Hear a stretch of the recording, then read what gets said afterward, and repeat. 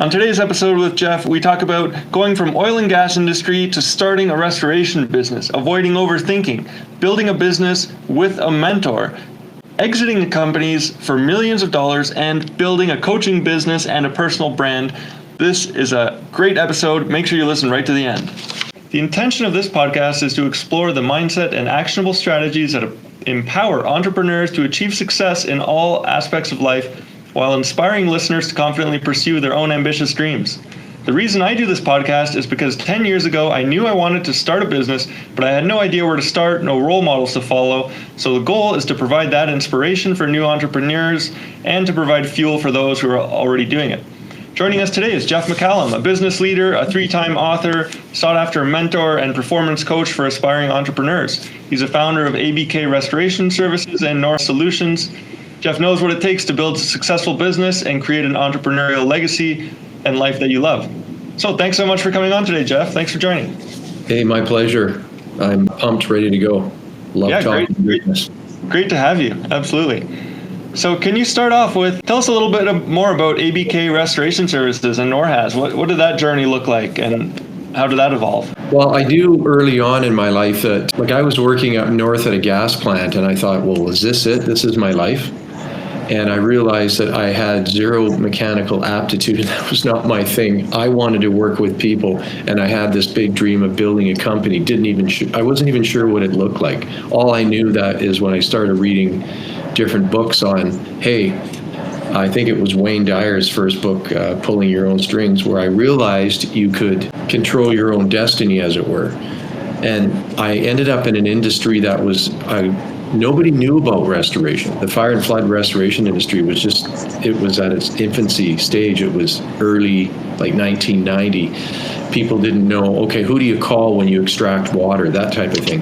So anyway, I jumped in both feet with that, and I grew with that company and kept putting money back into the company, and eventually, literally 25 years or 20 years later, I started NORHAS, and it was an offshoot niche of ABK Restoration Services. Awesome. And then you were able to exit recently from both of those companies? Yeah, 2020, I sold both of those companies. I had partners in the NORHAS Solutions, and I owned the other company, ABK, the original company, myself. And we, sold it to private equity in 2020, got out, had an exit. It was great. And it was time. It was time to leave. I felt Was that a vision you had from the beginning? Like, this is my exit strategy, I want to sell my company, or did that evolve over time? No, that evolved over time, for sure. When you start a business like that, you're like, what do you mean exit? I never thought that.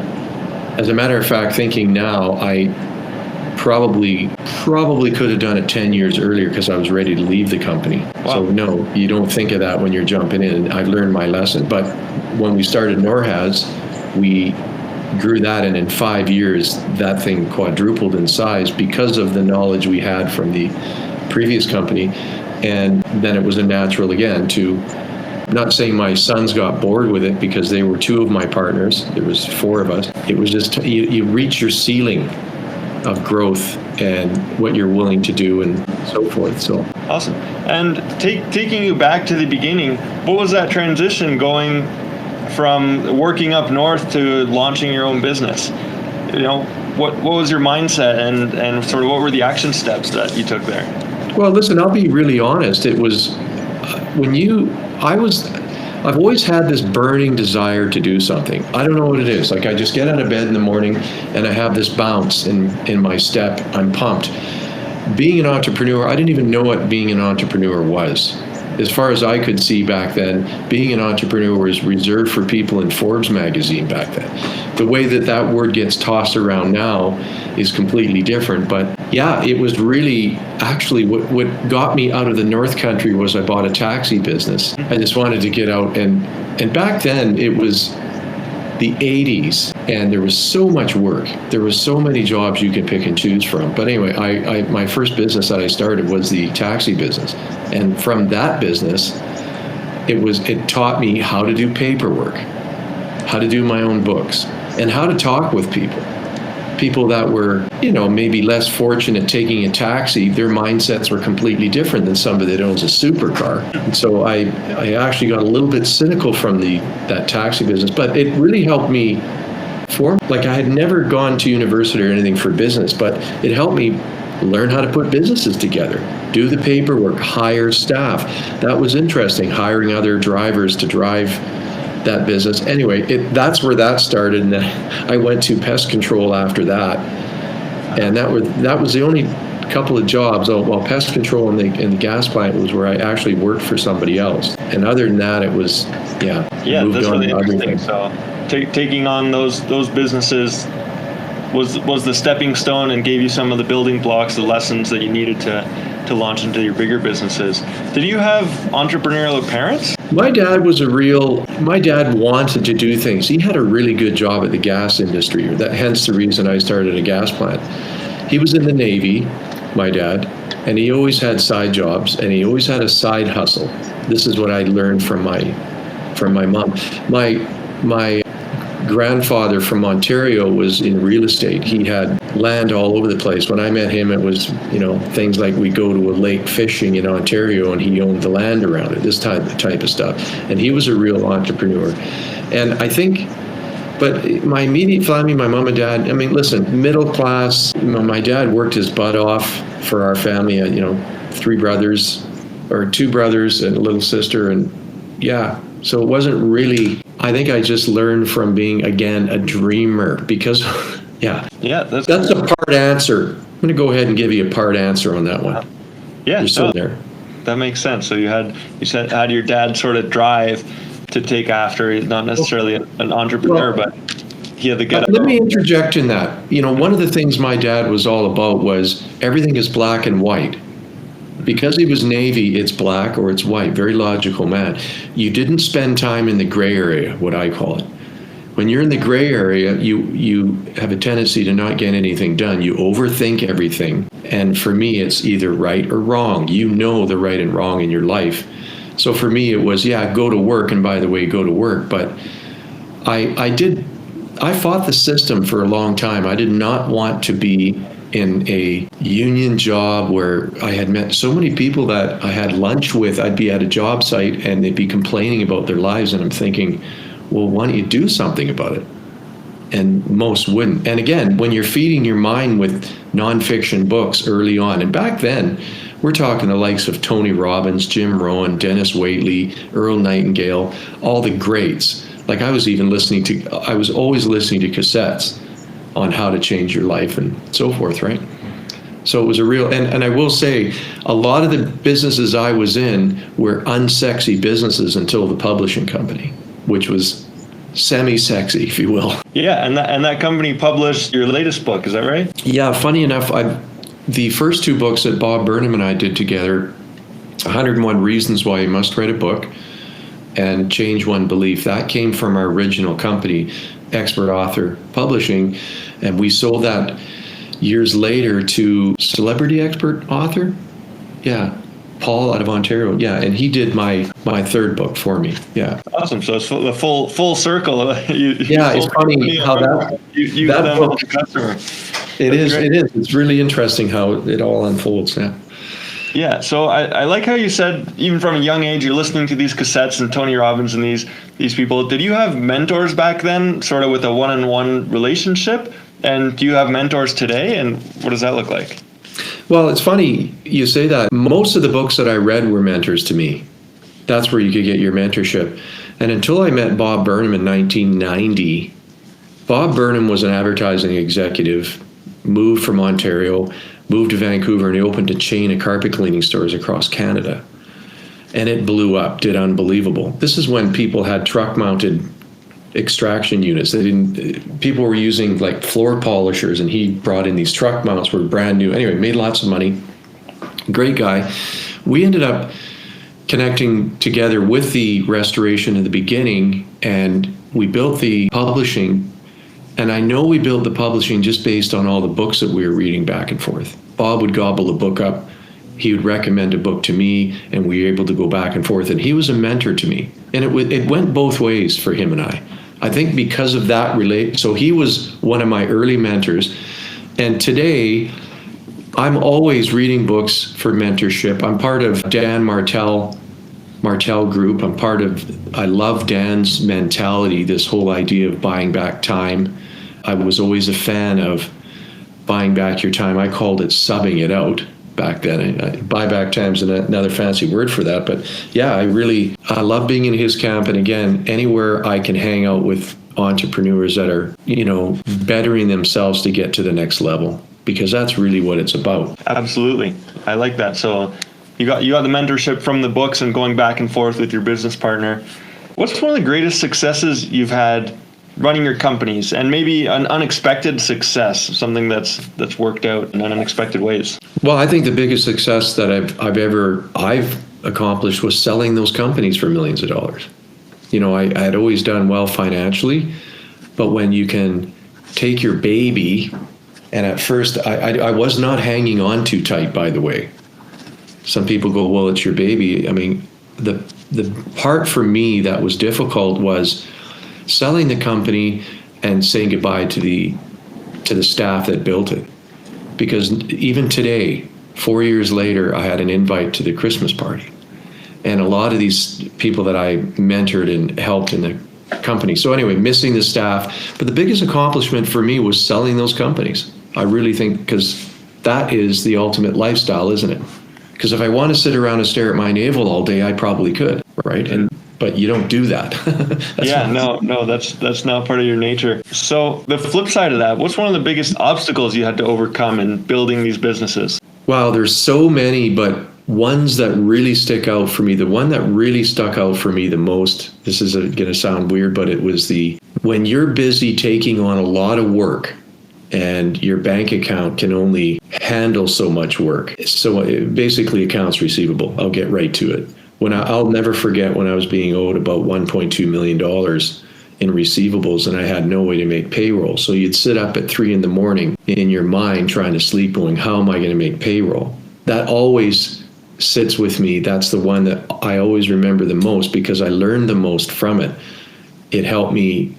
It pushed me to organize myself better, to get paid faster. I always had a good relationship with banks and stuff, because they were the ones funding lines of credit and so forth. I think it was only about a $550 or $750 line, but it's always that last $1,000 or that last $10,000 that you can't come up with that is a game changer for most people in business. It doesn't matter what you have for assets, but that one was very clear to me. I learned about factoring. I could have, had a factoring company come in and pay things out.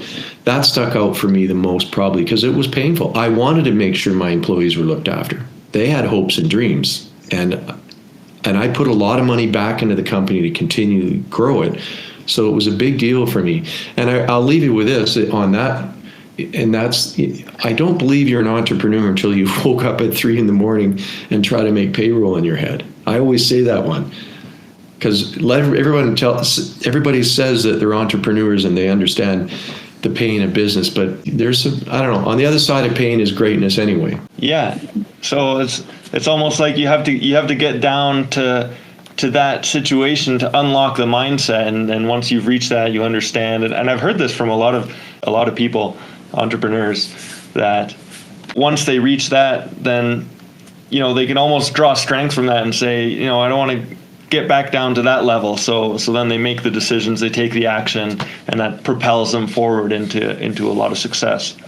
So that's a really interesting perspective. And so what does your life look like now? So what are you working on now that you've exited your companies? What's coming up next for you, Jeff? Well, I'd like to say more of the same, but it's interesting. The last year, so I've had an exit 4 years ago, and that's great. And even my coach told me, Dan Martell says, Jeff, what are you gonna talk about your greatest hits for the rest of your life? What's new? He said. He actually told me that last week, and I started laughing, and I thought, yeah, he's right. What is next? For me, retirement doesn't look like golf clubs and sitting around. I want to continue with the coaching and consulting. Matter of fact, when I was in the businesses that I had, I bought jeffmccallum.com a long time ago. I was into the URLs back then. I bought a couple mentorship URLs like Los Angeles Mentors and Vancouver Mentors, because I wanted to mentor people and I didn't know what it looked like. So fast forward to, that was 5 years ago or something. Fast forward to now, it's been a year that I've been advertising online, and that whole business, the online business, is completely different in the brick and mortar service industry. You know, I had a taste of it when we had the publishing company because we were doing article marketing and different things back then. But yeah, what's new for me is more of the same, except with, you know, less employees. You know, when you have hundreds of staff in, there's so many, I don't need all the stress of building a company. I just really want to build a motivational consulting coaching company. That's what I want to build. And awesome. Yeah, absolutely. And yeah, you know, your book's proof of that. I'm very excited to read it. I have it on order. So getting into that topic of growing the business online now versus brick and mortar, what does your social media strategy look like? And what are your thoughts on personal branding? Well, what it actually looks like is, again, it's been a year for me, and I realize there's a lot of moving pieces, and especially with artificial intelligence. AI is blowing my mind. There is so many different things that AI can do. If you need any ideas, I've noticed, you just go on AI and you just boom, any email sequences, you've got it. I have a virtual assistant that is actually related to me, which is interesting enough, and she does a lot of my social media, but I find I'm getting more comfortable in front of the camera to do more content because I realize it's all about content. I just think it's a big learning curve.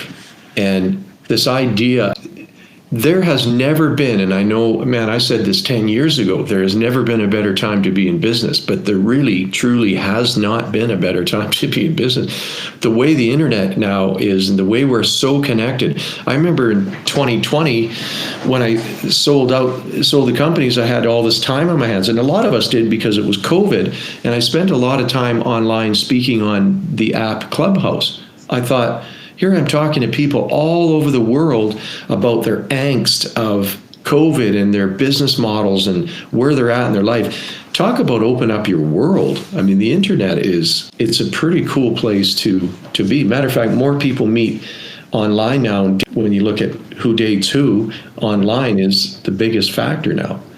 Versus back then it was a pub anyway. You know what I mean? Yeah. But I'm all for it. I'm all for the branding, and I want to just enjoy the process and grow. It's all about growth, man. Yeah, absolutely. It's huge, absolutely huge opportunity there. And that gets me excited when you say, you know, now's the best time to be in business. I absolutely agree. So what does the future look like for you? You know, what do you get excited about for the next 5-10 years? Yeah. So what it looks like for me is I'll throw this model out there. I love the group coaching because the group coaching challenges you to come up with new material. And when you listen to somebody, when somebody gives you a problem, you have to unpack that problem and help them with that problem. Even if that's just listening, and even if you don't answer it, so you have to, because once you hear it, you can't unhear it. It's interesting. So it helps you just grow naturally. And of course, when you read a book, one of the biggest growth strategies that Bob and I had, and we didn't even know it, was that we'd read the same books and we were able to use those principles on our employees. We were able to motivate them this way because we read it in a book type of thing. And that's it, you know, so bottom line is teach it. So when you're teaching group coaching, from there, group coaching will look like maybe I'll put a summit together and it will be in Mexico or Hawaii. That's the thing I like about, if you see the business models out there today, a lot of these guys, a lot of influencers and a lot of coaches are getting their team together. They're selling these masterminds for 20 grand and you go sit on a beach in Spain type of thing. I like that because, again, proximity, bring the people together. Because when you bring entrepreneurs together, they're like-minded, aren't they? We're all a little bit crazy, a little bit ADHD. But again, that networking is so powerful. And I know Dan just said that last week at the summit. It's what happens outside in the lobby. And it's so true that I've met so many great people at so many seminars through the 90s and 2000s. So that's what it looks like for me is I think travel for me, I'm going to Mexico, for example, 2 weeks in January, but that's not business related. Well, that is I want everything to be business related if I can, because I've traveled the world. I've been to Europe. I've done the Greece trips. I've done all that, but it's not as fun unless you can put a business component in it. I know we all need time to recharge and stuff, but that business component is it's just a great thing. You growth and have your holiday at the same time. Hopefully that answers that. Absolutely, yeah. So that adds you're adding connection and meaning into these trips when you're going, like you said, with the like-minded people, the entrepreneurs. And I like what you said earlier about, you take these concepts from the teachers, your mentors, you first apply it to your employees. So it's like you're coaching employees to help grow them, and now you have those skills and you can apply that to coach other business owners. That's great. So next one. Do you have another book in you? And what would it be about if you were to write another book? Yeah, I don't know if another book is in me right away, honestly. The reason I wrote this book was I felt like I needed to get my story out more so. Yeah, it's not my focus. My focus is going to be spending my time talking with people. I figure I'm 62 years old. I mean, I spend most of my time working out, staying in shape, because you have to. Again, I'm not a golf player. I play guitar. I'm a bit of a musician. I love reading. I love hiking. I don't know about the set. I don't know. We'll see. I'll never say never, of course.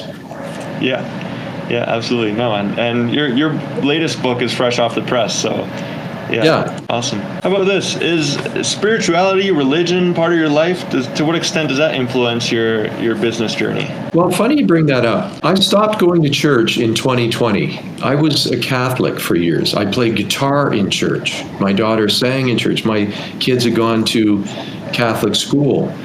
I was very church heavy.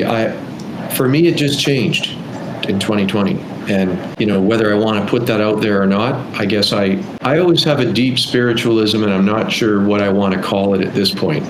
But I do know I'm a big fan of, what you think about, you become. I'm a big fan of that.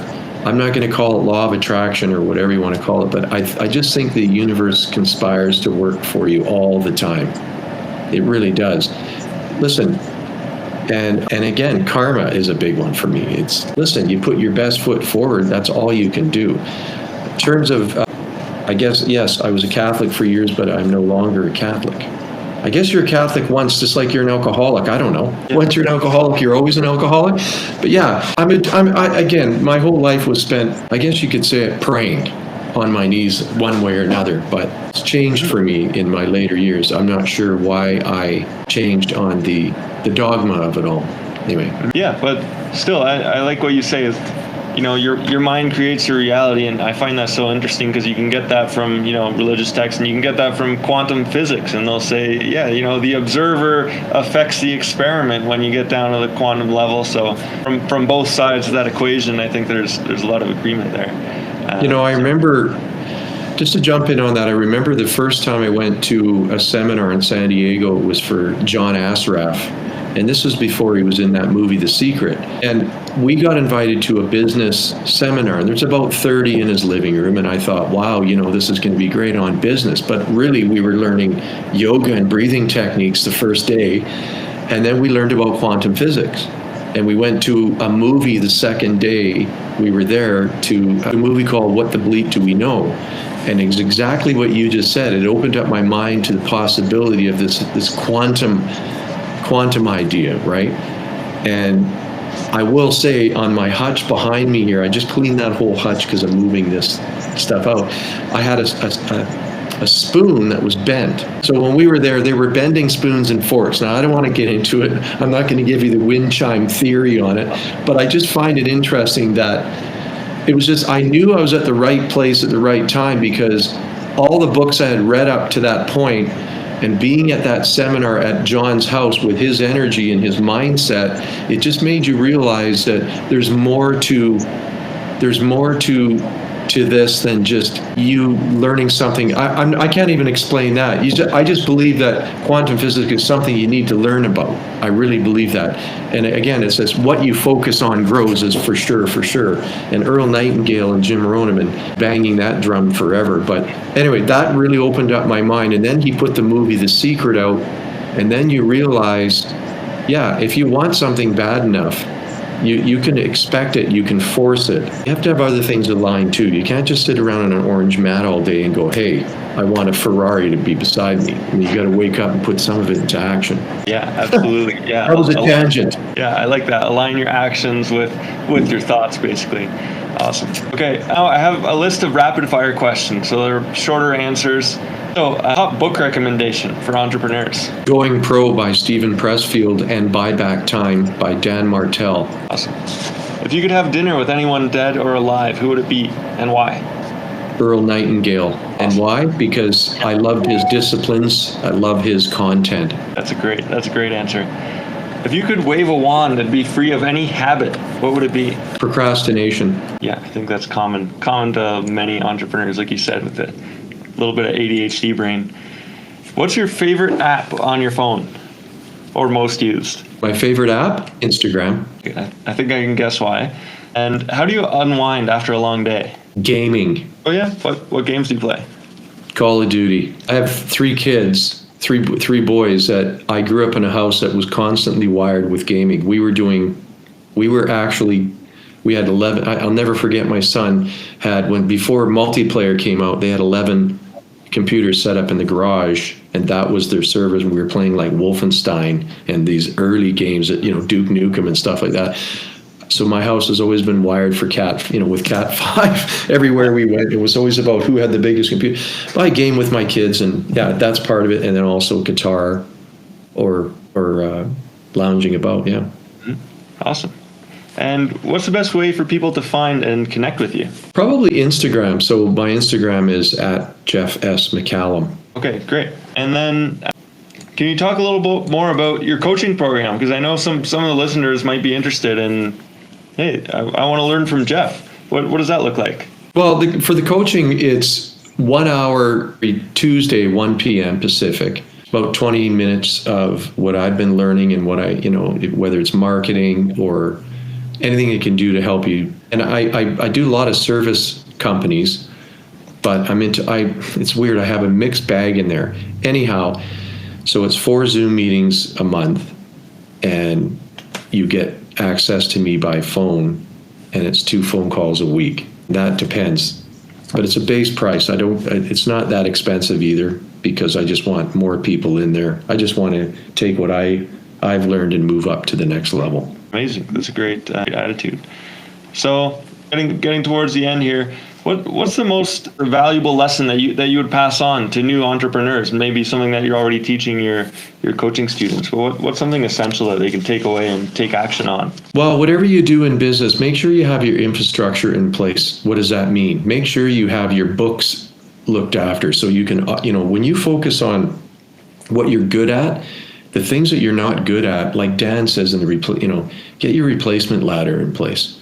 Make sure you have everything covered in your infrastructure. It's kind of like, it was a quote Bob and I used to say to ourselves, if you can make 69 cents online and you've got that infrastructure and funnel, we'll call it now funnel. This was before Russell coined the term funnel. When you have your sales process in order, if you can make 69 cents online, you can make 69,000 online. And that also goes for offline. It's a lot of business owners, they don't get their bookkeeping in order. They don't get their nose into the books enough. And they need to understand their numbers early on, because that's how you make decisions. Am I making money? Am I not making money? And you have to know that, I believe, early on. And of course, the other one is just the disciplines of learning and hanging out with the right people. And here's something I'm known for a quote, and it's, would you rather be right or successful? And for me, I do not want to spend my life being right with everybody. That's a waste of time. I would rather be a little bit vulnerable and ask questions to people and get the feedback, because I'm telling you, man, your ego is the enemy a lot of times. But anyway, back to it. For me, the big one is the infrastructure. Yeah, absolutely. So get all the systems in place, so that what I'm hearing is basically you can, look at a report and actually know what you're doing. It's almost like, having a dashboard. You're trying to drive an airplane, and you have to have something to read on the gauges to know how you're doing and adjust. Yeah, like learn how to read a balance sheet for your limited company, or learn how to do a P&L. Even if you don't have a limited company, like a lot of these guys that get in business think that they have to have a limited company right away, an LLC. No, you don't. You can be a sole proprietorship, but you still need to know your numbers. Behind me in this hutch is my first set of books I kept they were by hand, when I did my first year, 78,000 in gross sales. And I did all the entries myself, and we were laughing about it the other day, looking at these numbers, just crazy stuff. Like I'd put $16.86 for banking fees, and it went from 78,000 in gross sales to millions of dollars later.